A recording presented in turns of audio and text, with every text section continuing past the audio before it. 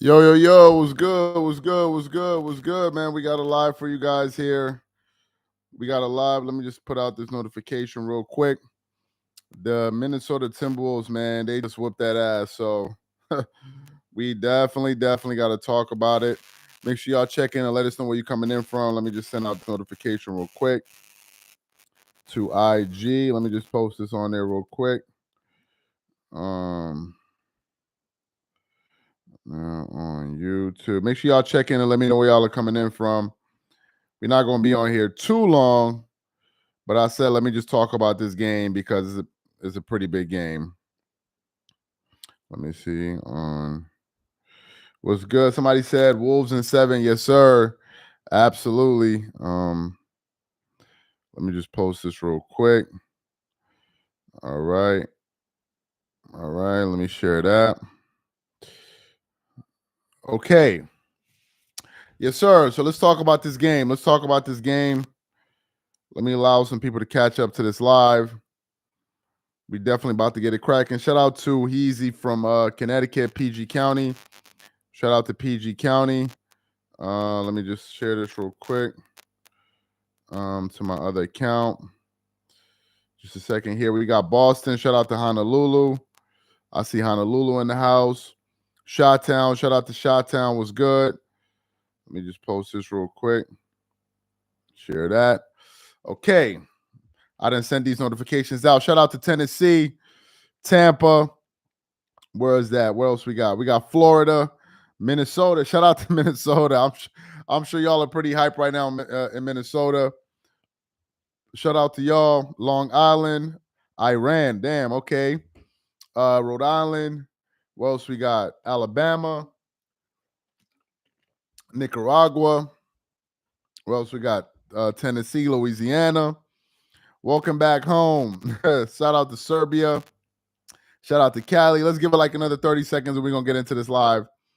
Toronto, Montreal. Shout out to Nathaniel in Montreal. Trinidad, I see you in Trinidad. Philly. Where else we got? Nigeria, Kuwait, Lafayette. Where else we got? Texas. Shout out to Texas. Trinidad, Vancouver. Okay, let's give it like another 30 seconds. We're going to get into this live because I want to talk about this game. Matter of fact, let me pull up the box score real quick. Let me see this real quick. Okay, I got the box score. Shout out to Philly.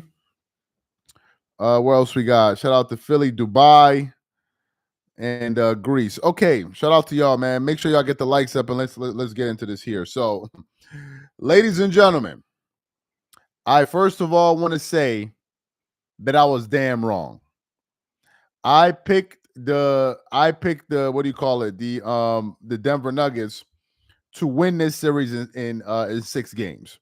I thought they were going to win this series in 6 games, and it looks like I was wrong. I had them winning this game tonight, and nothing that I have seen in this series, or at least over the last 3 games, made me believe that the Minnesota Timberwolves were going to blow out the Denver Nuggets by 45 points. 45 points. 45 points. Shout out to Saudi. 45 points is what just happened. And the minute that the Denver Nuggets went on that 9-0 run, and then the Minnesota Timberwolves responded with that 9-0 run, it was a wrap. It was a wrap because it was a 9-0 run, then it was 11-0 run. Next thing you know, it was a 20-0 run. And I'm like, whoa, what the hell is going on? The Denver Nuggets couldn't even buy a basket. And I'm going to get on Jamal Murray in a second. But we got to give it up to the Minnesota Timberwolves tonight because they did not lay down in that game. And if you were listening to Richard Jefferson, who was calling the game, he said that the hardest game to win in a playoff series is a closeout game. He said the hardest game to win in a playoff series is a closeout game. So we got to give the props to the Minnesota Timberwolves. They did not lay down. They fought back. Other teams would have just basically collapsed and capitulated and given into the pressure of the defending champs. I thought that the Denver Nuggets were gonna beat them. I thought the Minnesota Timberwolves were going to be emotionally distraught. but that was not the case. And they were led by their best player in Anthony Edwards. Anthony Edwards is a bad boy. And after they lost that game in game 5, he was the one that was essentially saying, we got this. We got this. We coming back to the crib. We got this. There's going to be a game 7. So shout out to him. Because when you're a part of that team and you see your best player showing that kind of confidence, I think it energized a lot of those players and lit a fire under them. Like, yo, if we gonna do this exactly, see you in game 7. If this is the type of time that he's on, and if he believes it, then we believe it. Let me see what this Matty James. He said Joker gets MVP but can't even play defense. SGA or AE deserved it more. Appreciate the comment and appreciate the super chat. I would respond in a way that I'm thinking like, this is what happens in sports, man. A team wins 1 or 2 games. It's the greatest play in the world and they lose. Then all of a sudden SGA deserved the MVP. I'm not sure we can say that because SGA is down 3-2 or 3-2 to the Dallas Mavericks. So I could just turn around and say, well, he doesn't deserve to be. Clearly, Joker deserved to be the MVP because look at them. They look like they're on the verge of losing. I don't think it boils down to that. If you look at the last game the Joker played, nobody in their right mind would have said he doesn't deserve the MVP. And are we about to give it away because of that? The Denver Nuggets did not lose that game because of Nikola Jokic. The Denver Nuggets lost that game, and we're going to give credit to the Minnesota Timberwolves, but the Denver Nuggets couldn't even hit the side of a barn. They were horrendous. Jamal Murray, after watching Jamal Murray for some games now, I'm beginning to realize that Jamal Murray is a very, very streaky shooter. There's no consistency in his game. He can kill you. If he gets hot, he can definitely hurt you. But if he gets cold, he can definitely shoot you out of a game. If I'm looking at the box score right now, Jamal Murray finished that game with 10 points in 32 minutes, and he shot 22.2% from the field. 22.2%. I was listening to Kendrick Perkins during the halftime show, and I'm hearing that Jamal Murray hasn't even scored 20 points in any of these games this series. Not even 20 points. Not even 20 points in any of these games. So he was horrendous. Contavious Caldwell-Pope, he didn't play well. Aaron Gordon had 12 points. Michael Porter Jr. couldn't score anything. Michael Porter Jr. shot 33% from the 3. And the Denver Nuggets as a team, what did they shoot from the 3? They shot 19.4% from the floor from the 3-point line. 19.4. So they, out of the 36 attempts that they took from the 3-point line, they only made 7. You're going to be pretty hard pressed to win a game like that. Now, we just had the gentleman basically say that Nikola Jokic didn't deserve the MVP. Well, I'm looking at the Nikola Jokic's box score. He finished the game with 22 points, 9 rebounds, 2 assists on 47% shooting, which is a drop off, 0.4 from the 0% from the 3, 100% from the free throw line. He had 3 turnovers, but his running mate and the second best player on that team had 10 points. 10 points. 10. Jamal Murray scores another 10 points. They lose by 35 instead of 45, whatever the hell they lost by. So the Denver Nuggets played a bad game, but I want to give credit to the Minnesota Timberwolves because this game is about the Minnesota Timberwolves. I don't want to be about like the media where one team loses or one team wins and we spend the whole day talking about, oh, why didn't the opposing team do that? No, let's give the Minnesota Timberwolves some love, and I want to focus on them for a second. Alonzo White, shout out to you. He said, gotta give some love today. I thought we wouldn't see you live today after that smoke in your last 2 vids. Let me just keep it funky with you. Let me keep it funky with you. Alonzo, with about 8 minutes left to go in this game, I was like, I'm going to bed. I was like, I am going to bed. To hell with all of this. They can call me a chicken, a coward, whatever the hell. I'm gonna give me some sleep because I have not slept. I've been sleeping like 5.5 hours these last few days. But then I thought to myself, I said, I cannot give these jiggers Y'all know what I want to say. I'm not going to let these jiggers roast me up in the comments section talking about all you do is twerk it up all over the place, knock over drinks from Nikola Jokic, and then when the Nikola Jokic let Denver Nuggets lose, we don't see your ass. So I said, I got to show up. I got to show up. I refuse to let these dudes slap me with honey. So I'm here. I am taking this L for everybody to see. Right now, it is 4:10 a.m. and my ass is here. So I showed up. No honey will be poured on me today. I showed up. Appreciate the comment. Let's get to the Minnesota Timberwolves for a second here. As I mentioned at the beginning of the live, hey guys, let's try to get these likes up to 150 likes. Appreciate that. As I mentioned at the beginning of this live, the Minnesota Timberwolves were sparked by Anthony Edwards, and it didn't start tonight. He sparked this team after they lost game 6 because he walked off the court talking to Jamal Murray, talking to people in the stands like, we're going to see y'all in game 7. There will be a game 7. That takes a supreme level of confidence in your ability, not just yourself, but also your team, to essentially guarantee a game 7. And if that is what he said in public, I can only imagine what he was saying in private. And as a team, if you see your best player pumping up his chest like that with that level of self-belief, obviously you're going to be hype. Obviously, you're going to believe that your team can actually pull it off. And that's exactly what they did. So I want to start off with Anthony Edwards.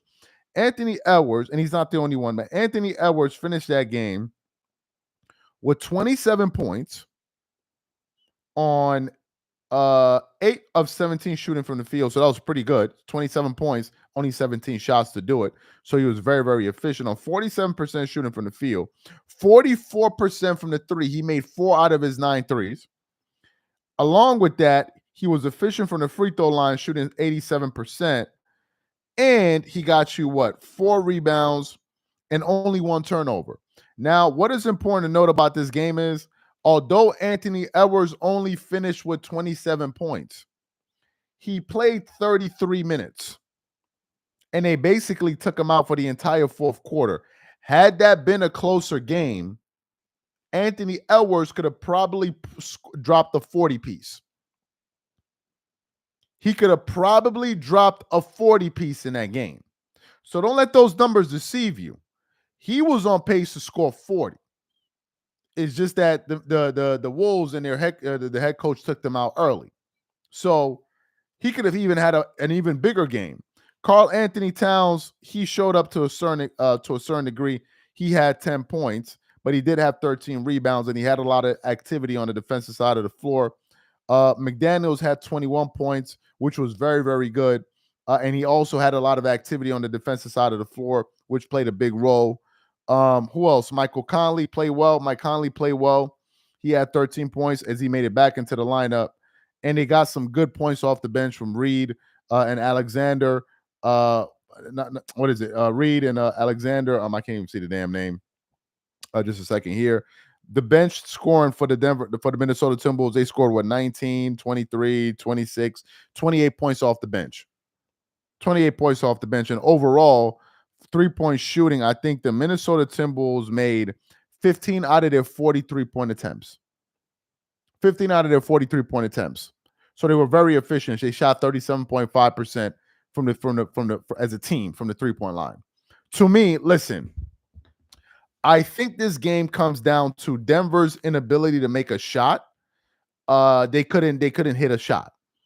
And basically this game was lost in the first quarter. This game was lost in the first 6 to 8 minutes of the first quarter. Once Denver got into that deficit, into that hole, after the first 10 minutes, it was over. And basically they were playing catch up the rest of the game. So I think they lost the game right there. Right at that point is when the Denver Nuggets lost that game. Once again, you got to give credit to the Minnesota Timberwolves. They came out there with a lot of energy, with a lot of enthusiasm. They hit them in the mouth, and they refused to just run away.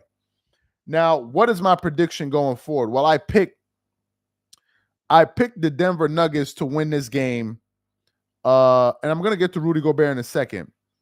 I picked the Denver Nuggets to win this game, game 6. They didn't. Now it's going to be a game 7 on their home floor on Sunday. This is a particularly different type of game 7. Why? Because this has not been a traditional series. This has been a series where both teams have won games on the road. 2 games on the road, both teams have done it, which basically proves that either team could win. Denver could lose, and the Nuggets could definitely win. And the Wolves could definitely win. So would I be surprised if the Minnesota Timberwolves won game 7? Yes and no. Yes and no. Yes, because they would beat the champs.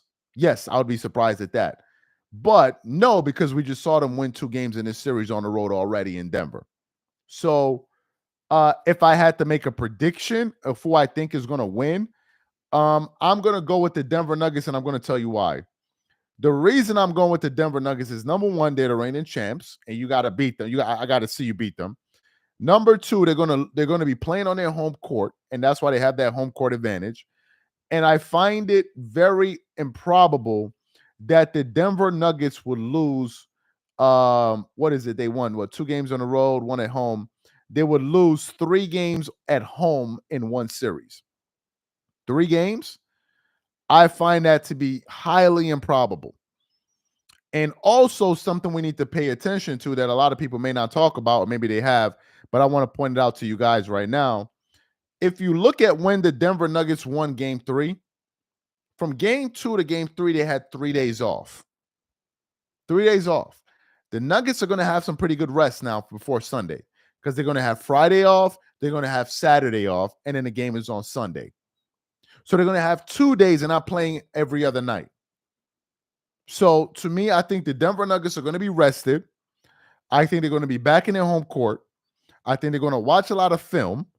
And I don't expect them to shoot as poorly as they did in game 7 at home like they just did tonight. I don't expect the Denver Nuggets to go 7 out of 30. What did they go? 7 out of 37 or 7 out of 36 from the three-point line at home. I don't see that happening. I think Jamal Murray is going to have a bounce-back game. I think Michael Porter Jr. is going to have a bounce-back game. And I think Aaron Gordon is going to be pretty solid. Right? So I'm going to roll with the Denver Nuggets in this particular game. I'm going to roll with them. And I think that the Denver Nuggets are going to close out this series at home at game 7. And if they don't, then, well, obviously the season is over. And you got to tip your hat to the Minnesota Timberwolves, because it would have meant that, listen, they were the best team overall. Right? But to me, if I had to make a prediction, and I'm going to go with a Denver in game 7. So let me ask the audience, who y'all got winning? Let me ask y'all in the audience, let me just ask y'all real quick. Just a second. Who wins game 7? Let me say Denver, and I'm going to go Wolves. Who y'all got winning game 7? Let me see. Let me see what the poll is saying. Let me leave y'all vote. Let me see what y'all are saying in the poll. I'm curious to see what you guys are saying in the poll. Let me see. So right now, we got what? What is it? 50? Damn, 50-50. 54. Wow. Okay. It's pretty split in the middle. Keep voting. Let me see what y'all think. Let me see what y'all think. Who y'all? Damn, people are voting for the Wolves. Is that a recency bias, or y'all really believe that? Is that because y'all just saw what just took place just now, or do you think that the Wolves are going to win it for real, for real?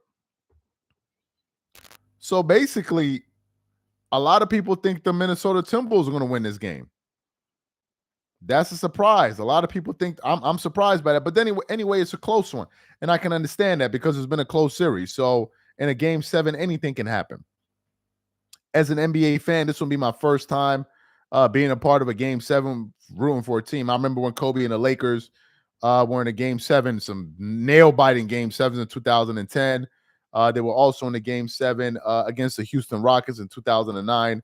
That was some very, very, those were very, very difficult periods for me, but I've been through it emotionally. So I think I'll be prepared for this one. But I'm going to roll with them. Damn, okay, now it's 50-50. 50-50. That's interesting.